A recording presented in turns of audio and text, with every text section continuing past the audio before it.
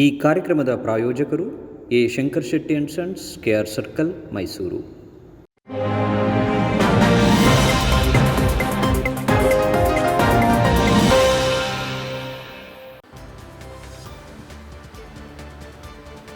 ಸ್ನೇಹ Sinchana trust ಆತ್ಮೀಯ ಬಳಗ ಇವರ ವತಿಯಿಂದ ಸುವರ್ಣ ಕರ್ನಾಟಕ ಕನ್ನಡ ರಾಜ್ಯೋತ್ಸವ ಪ್ರಶಸ್ತಿ 2024 ಪುರಸ್ಕೃತರಾದ ಕನ್ನಡದ ನುಡಿಸೇವಕ, ಜಿಲ್ಲಾ ಕನ್ನಡ ಸಾಹಿತ್ಯ ಪರಿಷತ್ನ ಜಿಲ್ಲಾಧ್ಯಕ್ಷ ಸನ್ಮಾನ್ಯ ಶ್ರೀ ಮಡ್ಡಿಕೆರೆ ಗೋಪಾಲ್ ಅವರಿಗೆ ಸ್ನೇಹ ಸಿಂಚನ ಟ್ರಸ್ಟ್ ವತಿಯಿಂದ ಸನ್ಮಾನಿಸಲಾಯಿತು.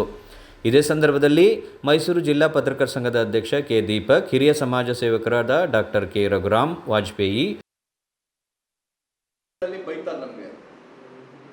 ಇದನ್ನೆಲ್ಲ ತಗೊಂಡೋದ್ರೆ ಇದನ್ನೆಲ್ಲ ಮನೆ ಒಳಗಡೆ ತಗೊಂಡ್ಬಿಟ್ಟು ಜೋಡಿಸ್ಕೊಳ್ಳೋಕೆ ಜಾಗ ಇಲ್ಲ, ಗಲೀಜ್ ಆಯ್ತದೆ.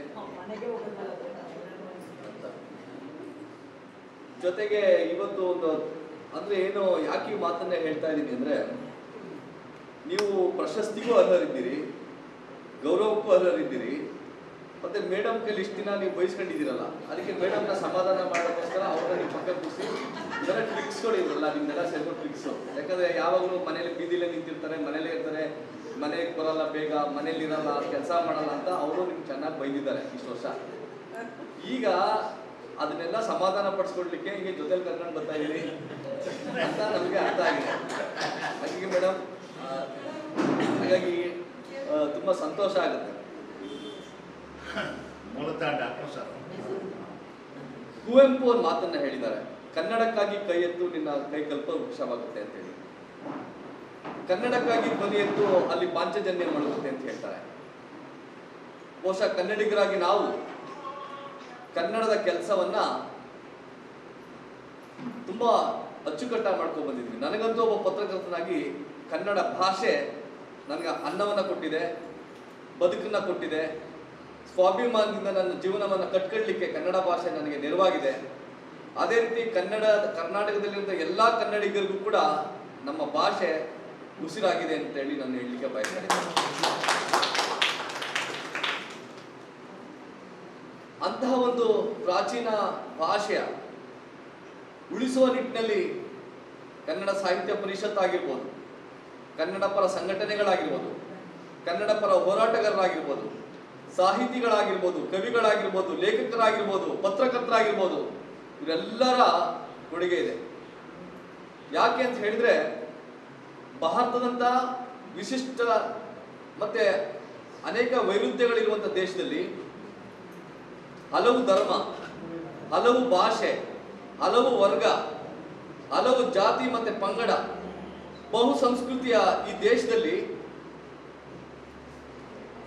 ಇವತ್ತು ಅನೇಕ ಭಾಷೆಗಳು ಅಳಿವಿನಂಚಿನಲ್ಲಿದ್ದಾವೆ. ಕೆಲವು ಭಾಷೆಗಳಂತೂ ನಶಿಸಿ ಹೋಗ್ಬಿಟ್ಟಿದ್ದಾವೆ, ಅವು ಇಲ್ಲವೇ ಇಲ್ಲ. ಇನ್ನು ಕೆಲವು ಭಾಷೆಗಳು ಅಳಿವಿನಂಚಿನಲ್ಲಿ, ಒಂದು 38 ಭಾಷೆಗಳಿದ್ದಾವೆ ಭಾರತದಲ್ಲಿ.